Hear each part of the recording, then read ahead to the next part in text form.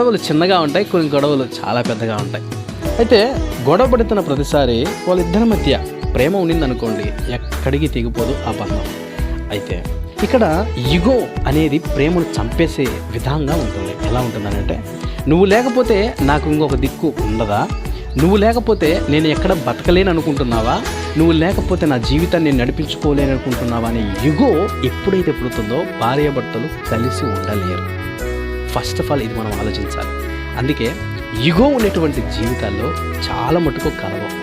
ఎప్పుడైతే ఇగో పక్కన పెట్టి లవ్ అనేది మనం పట్టుకుంటామో తప్పకుండా నువ్వు లేకపోతే నేను లేను అనే ఆలోచన వస్తుంది. చూడండి, ఒకరు లేకపోతే ఒకరు అందరూ జీవించవచ్చు, ఒంటరిగా జీవించవచ్చు, కానీ విలువ అనేది జత ఉన్నప్పుడే. ఒక్కసారి విడిపోయిన తర్వాత మరలా మనం గౌరవంగా జీవిస్తాం అనుకుంటే అది ఉత్తమాట. కాబట్టి గొడవలు వచ్చినప్పుడు